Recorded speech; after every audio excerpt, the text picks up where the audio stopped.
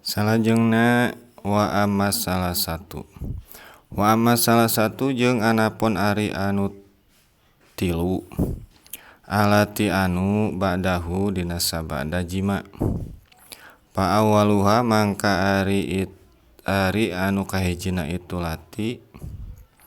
Eusina lati teh salasahnya. Eta amruz zaujati marentah ka si pamajikan binaomi kana sare. Ala yaminihi ka belah katuhu itu si mar'ah atau si zaujah. Liyakuna karena supaya bukti sa'al waladu budakna eta zakaron lalaki. Insya'a lamun ngersakeun sa Allahu Allah. Wa innamat jeung lamun sare itu si zaujah alal aisari kabelah katuhu. Yakunu mangka bakal bukti saha al waladu budakna eta unsa awewe. Hasbama kalawan ngitung-ngitung perkara iktadothu anu nerapkeun kana itu ma naon at-tajribatu percobaan atawa penelitian gitu. Asaniatu ari anu kadua. Eta ayakula kana yen ngucap itu si zawj atawa si rojulnya. Adzikro kana zikir kana mituturan. Alwarida anu kawarid. Inda zalika dina nalika itu zikir zikril waridi pinapsihi dina hatena itu si rajul. Wa huwa jeung ari itu zikril warida eta alhamdulillahillazi khalaqa minal ma'i basyaron faja'alahu nasaban wa sohron wa kana rabbuka qadiron. Ieu kalimah doa, kalimah dzikir nya doa. Anu hartina wa huwa jeung wa huwa jeung ari itu dzikir eta alhamdu ari sadaya puji lillahi eta tetep kagungan Allah. Allazi anu khalaqa tos ngadamel Allah minal ma'i tina cai basyaron kana jadi manusia. Paja'alahu mangka muga ngajadikeun Allah ka itu basyar nasaban kana katurunan wasohron tegasna katurunan.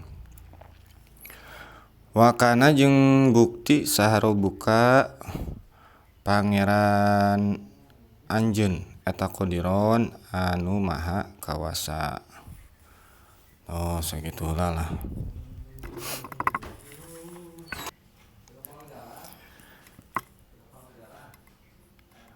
Wa amma salah satu di dieu masih kene nerangkeun adab-adaban dina ngalekuy. Nyata anu tilu teh sabada ngalekuy tah. Mana nu kahiji nyaeta miwarang marentah ka pamajikan teh kana sare kabelah katuhu. Tah saupamana urang lamun hayang boga budak lalaki gitu. Tah sanggeus cerot teh nya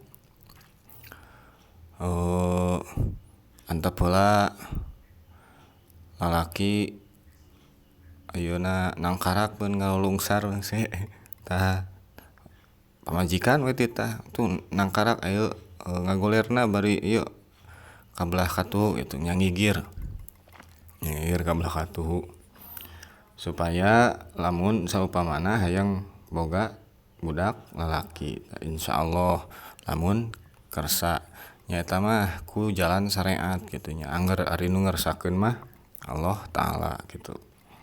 Urang eta mah syariat gitu. Saperti dahar kan angger ari nu ngawaregkeun mah Allah taala gitu. Eta mah jalan syariat, jalan dohir. hayang wareg teh pan kudu dahar gitu.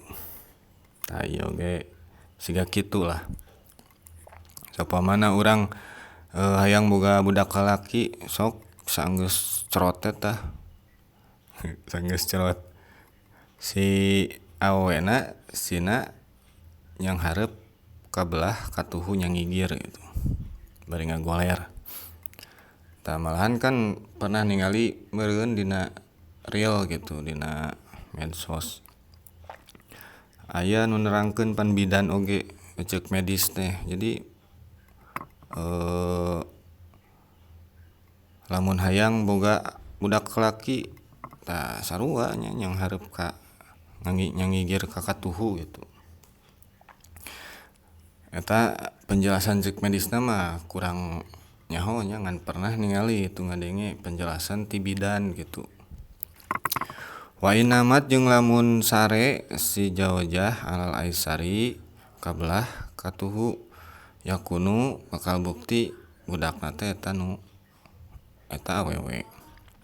Tah sabalikna aisar mah kabelah kenca nya nah katuhu deui deh.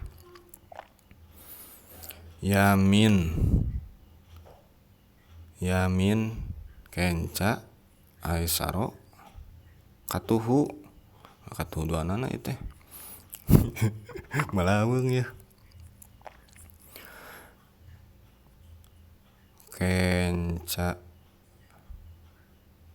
kela yamin aisaro kencanya tak kabelah kenca namun hayang budak awewe.